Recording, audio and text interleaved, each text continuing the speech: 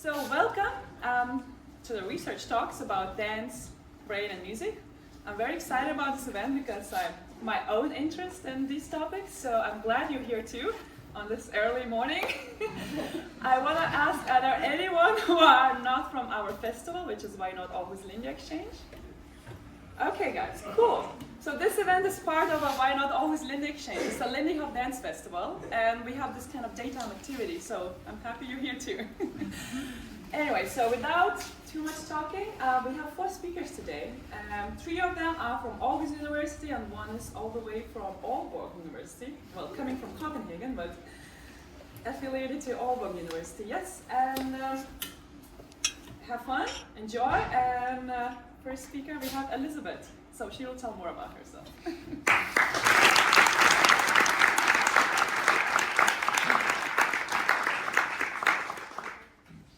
Hi, thank you so much.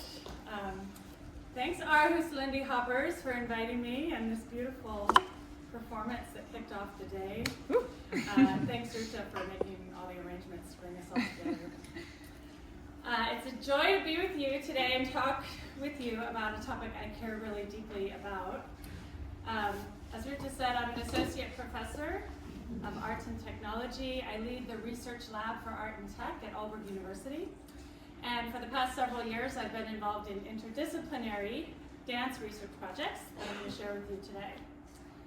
So the goal of my talk is to share with you some of the challenges that researchers face when we're trying to study the health benefits of dance, and offer some potential solutions for how we can think about studying and researching dance holistically.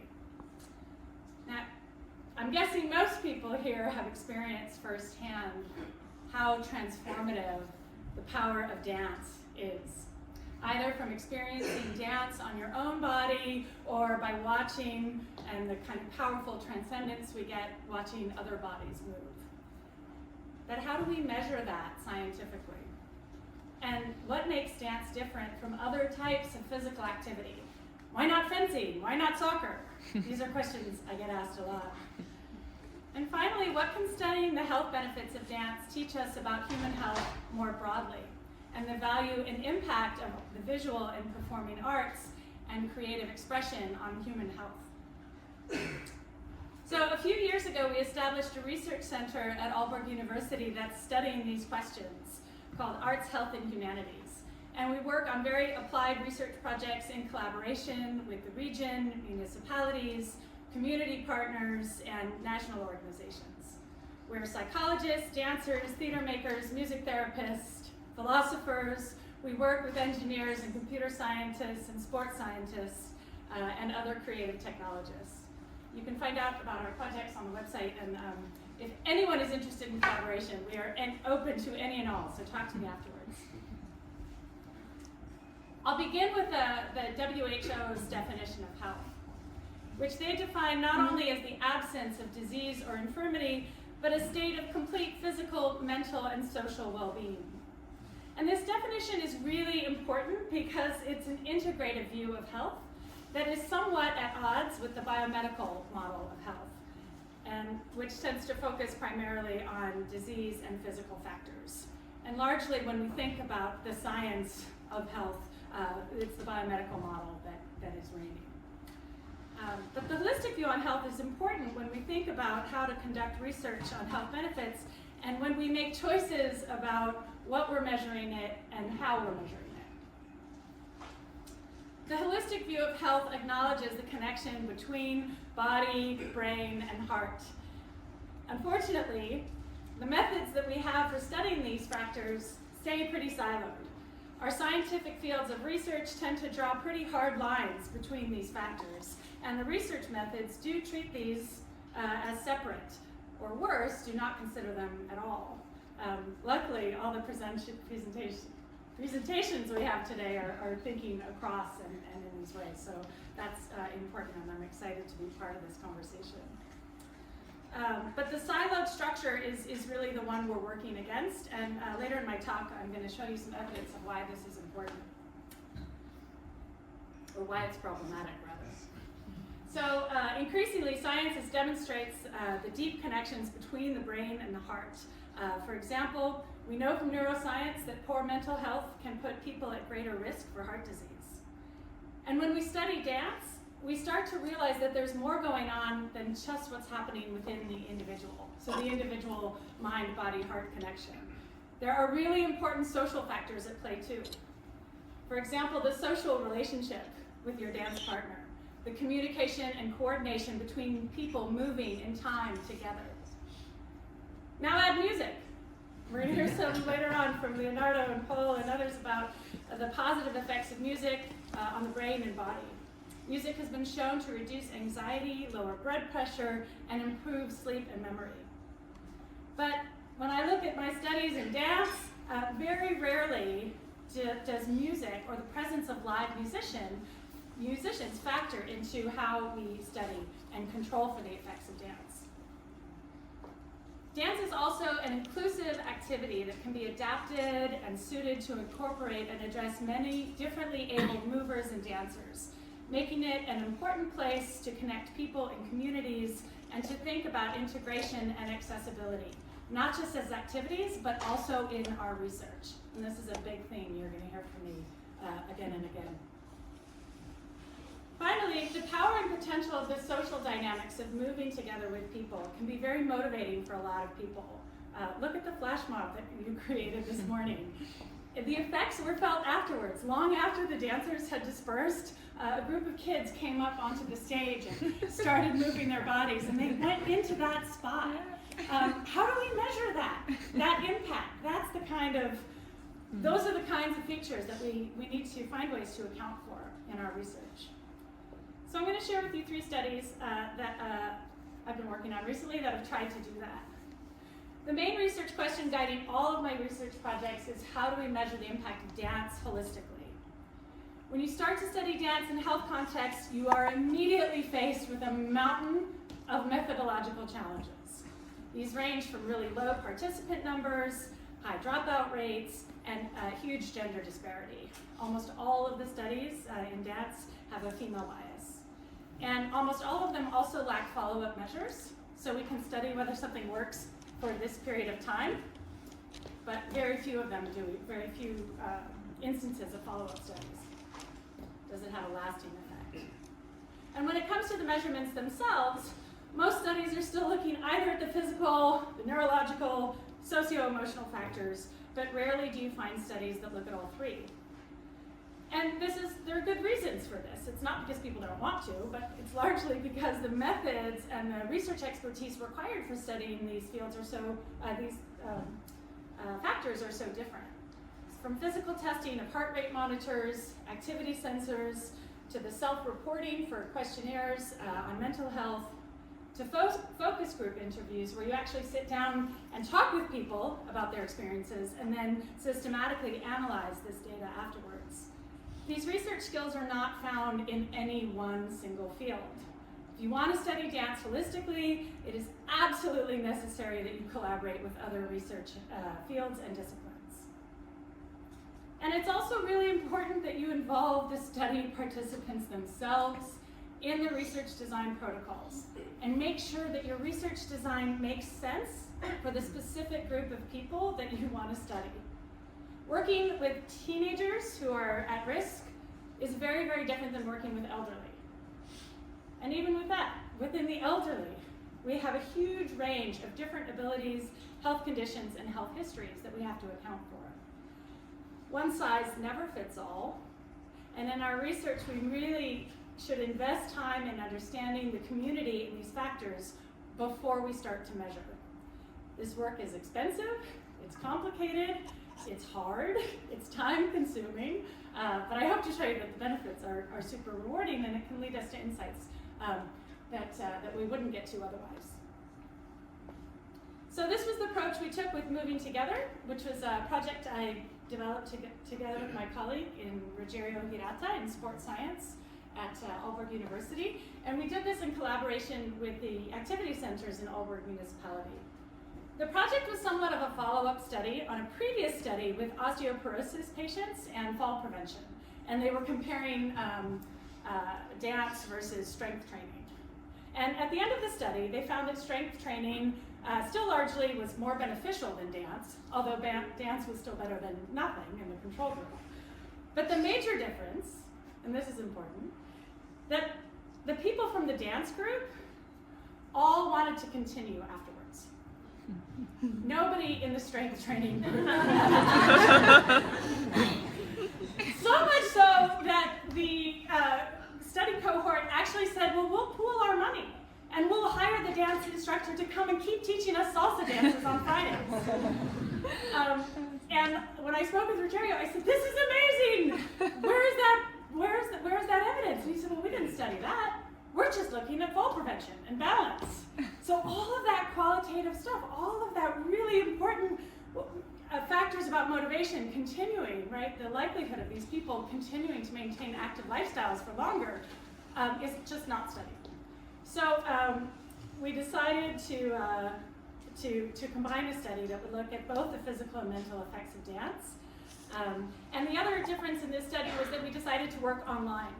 This was a project that was born during COVID, and actually we were really surprised that even during that first study, when the COVID closures happened, people were still really motivated to dance online and to meet up in person. And this is also important because we saw kind of across the board globally, reduced number of physical activities and opportunities to meet and be together. That affected different demographics, particularly those in this demographic pretty significantly. Here's a short video. It's in Danish. I haven't done the translation yet, so hopefully you can turn to your partner if you don't speak Danish, or if your Danish is really wobbly like mine, and they can tell you what's going on. But pictures tell 1,000 words. God motion og livsglæde, men faktisk så har dansen også en helt anden positiv sidegevinst. Hvert år bliver 13.000 ældre danskere indlagt på hospitalet, efter de er faldet og har slået sig. Og udover at være smertefuldt og besværligt for de ældre, ja, så koster det også staten 1,5 milliard om året. Men nu peger nordjysk forskning på, at latinamerikanske dansetrin kan lave op på den statistik. Der er gang i bevægelserne hos 65-årige Grete Lorentzen. Det er fint. Det er sjovt. Hun får digital salsaundervisning i lejligheden i Aalborg. Der er nogle ret usædvanlige bevægelser for en dansker. Jeg er ved at lære det. Grete er en del af et forskningsprojekt hos Aalborg Universitet, der undersøger, om dans kan forebygge faldulykker og forbedre det mentale helbred hos ældre. Jeg har allerede mærket, at jeg er blevet mere fleksibel i kroppen. Og det er jo en motionsform, som passer mig godt, fordi jeg tænker ikke over at motionere. Hvert år bliver 13.000 ældre danskere indlagt på et hospital, som følge af en faldskade. Så at man kan mindske risikoen for at falde ved at danse, og vi tror også ved at vi laver det her, så kan vi egentlig forbedre mental sundhed, livskvalitet, mindre ensomhed, og så kan vi øge muskelstyrken og forbedre konditionen og balancen. Det er det, vi tror, vi kan opnå. Som en del af danseforløbet bliver deltagerne også løbende testet. Så kommer man ned, sådan der. Og så skal den vende sådan der. Lige præcis. En tredjedel over 65 år falder 1 gang om året. Kom lidt op med hænderne. Og når man er over 80 år, er det 50%. Når du kommer til boksen, så skal du træde over boksen og fortsætte med at gå. Den statistik er Else Jørgensen på 76 år måske i gang med at lave om på. Yes. Selvfølgelig er det vigtigt at have en god balance. Og det håber jeg, det er nok det, jeg håber at få ud af det her. Og det er ikke kun den fysiske sundhed, der er i fokus. At danse, det er en god ting, og det bliver man glad af. Så er der også en social del i det, og selvom man egentlig kan danse online, så er der også noget socialt i det, fordi man mødes med flere andre online, og så ligesom har et eller andet til fælles. Det duer ikke. Ja, det er fint. Super. Selvom dansen foregår digitalt, mødes deltagerne 1 gang om måneden for at danse sammen. Så vi er ikke så bange for, at folk ikke også gerne vil det sociale hernede, men det er egentlig en mulighed for at komme ud til flere borgere. I Aalborg Kommune, hvor projektet foregår, har de store forventninger. Det kan have store konsekvenser for forældre og falde, store skader osv. Så hvis vi kan gøre noget for at mindske det, jamen, så har det en rigtig stor betydning for os. For Grete Lorentzen er det en god løsning at danse foran skærmen derhjemme. Jeg tænker ikke over vibrationer med. Og jeg tror gerne, at jeg holde mange og rent.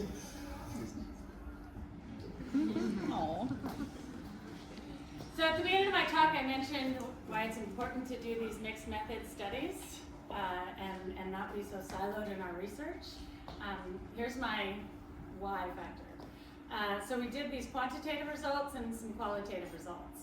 And in the physical fitness assessments and also in the questionnaires for mental health and well-being, we saw some improvements, like minor, in upper body strength and in the step test, but there really weren't the kind of wonderful, impressive results that we had hoped to find. They were mixed. The mental health and loneliness forms also didn't show any statistical significance. So if we had only had these tests to rely on, and these are the usual battery of tests that they're running in sports science, there wouldn't really have been any evidence, convincing evidence, that this 3-month intervention had any substantive impact at all. It would be hard to convince decision makers or use this project as evidence that we need dance offerings for seniors. But when we looked at the qualitative data, a very different picture emerged. I hope you can read the size of this font. I tried to get it all in one slide. When we actually sat down to talk with people, we found all sorts of self-reporting positive impact, both on their own perceived sense of physical health and movement. We also found new social activities and connections where people started organizing watch parties for dance classes at their house. And this is important for the community, especially again following COVID, and when we're looking at kind of cycles of people's participation in activities. And in these interviews, we also started to uncover some reasons that explain maybe why our quantitative data was not as impressive as we'd hoped. For example, we discovered that many of the participants we recruited were already super active physically to begin with. They were involved in lots of activities. These were the busiest people imaginable. And so maybe this wasn't the target group where we should actually be looking to see a dramatic improvement. There's a lot more to say on this topic, but in the interest of time, I'm going to jump to the next project. And this is called Foot on the Ground, Foot on the Floor. And it's a collaboration with a bunch of different partners led by Gerda Hempel at Tempe. I'm one of the researchers on the project, and this project is about bringing folk dance to different communities across Denmark. And we're studying 2 very different populations. We're not comparing them, we're actually studying them as separate. Adolescents, vulnerable adolescents and youth, and elderly with cognitive impairments who are living in residence facilities. It's been running for 2 years, and we have a team. This is one of our teams, but we have 4 teams of dancer, musicians, instructors that tour the country. And folk dancing is unique, right? It's inherently very social. It's a non-partner dance for the most part. And it's a pretty low barrier for entry. I've never folk danced in my life. And I felt pretty good and pretty confident after a very short lesson. I was learning, I was picking things up, I was making mistakes, but it didn't cause me the same sense of crisis that it happens when I started to learn tango, which was another experience.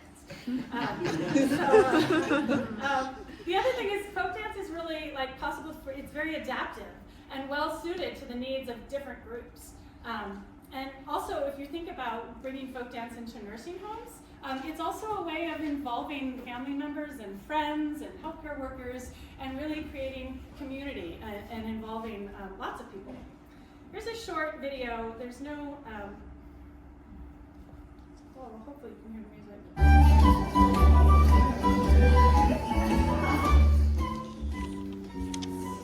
This is from the adolescence group. We're working with several FGUs. These programs where we go in for 6 weeks. There's always live musicians, there's always a live instructor, there's always some storytelling and singing in the middle. Yeah. And again, we did pre and post-test evaluations.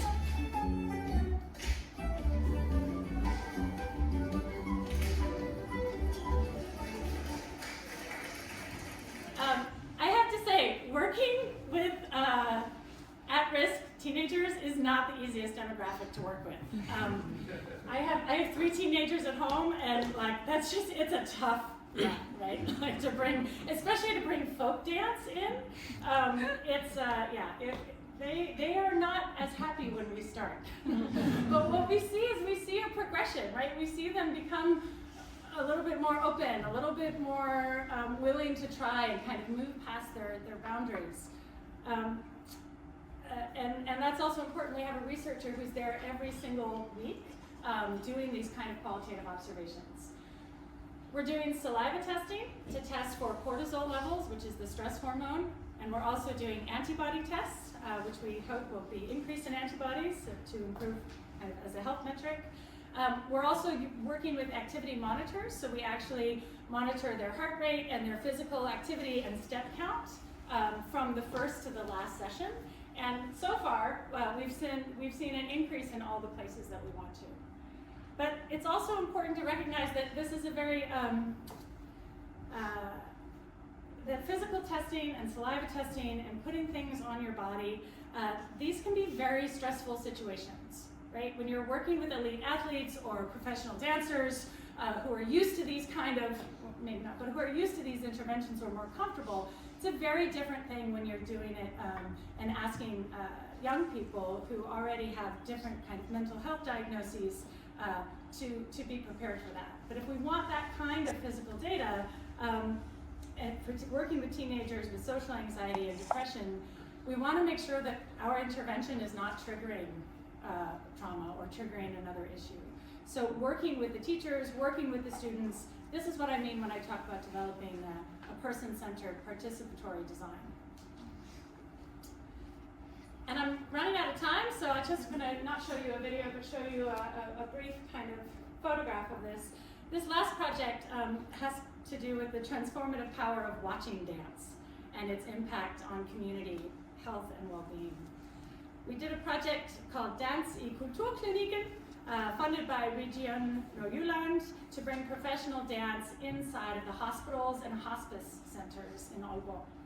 It was organized by my colleague Not Aarhus, and she worked with a professional dance company, Hostopol Dance Company, a team of really fantastic dancers to create a site-specific 15-minute performance that was conceived for hospitals. This not only gives us an idea of, gives an opportunity for people who might not otherwise have access to watching professional dance as a performance, but during this performance we actually saw that places we normally associate with illness and medicine and waiting became transformed into places of beauty, creativity, connection, and community. Even if only for a moment, even if only for that day. It was super powerful to observe. And we're trying to figure out, now that we've done it, now that the hospital's excited, and we were generally have positive responses, how do we measure that? That's our next task. So to sum up, I started with this question: how do we measure the impact of dance holistically? Dance really is a complex intervention, and it requires complex methods to make sure that we're actually measuring the thing we want to study. We might not be able to control for all these different factors, but we at least have to understand them in our research and account for them. And based on my experiences, it is possible to measure these impacts, but the solution really is interdisciplinarity, participatory, people-centered research, and collaboration. So I have many partners, some of them are listed here, and I don't know, Rita, if we're doing questions now or at the end for all of us. Maybe let's do it at the end so we see how much time we have. Yeah, perfect. Yeah, great. what do you Thank think? you.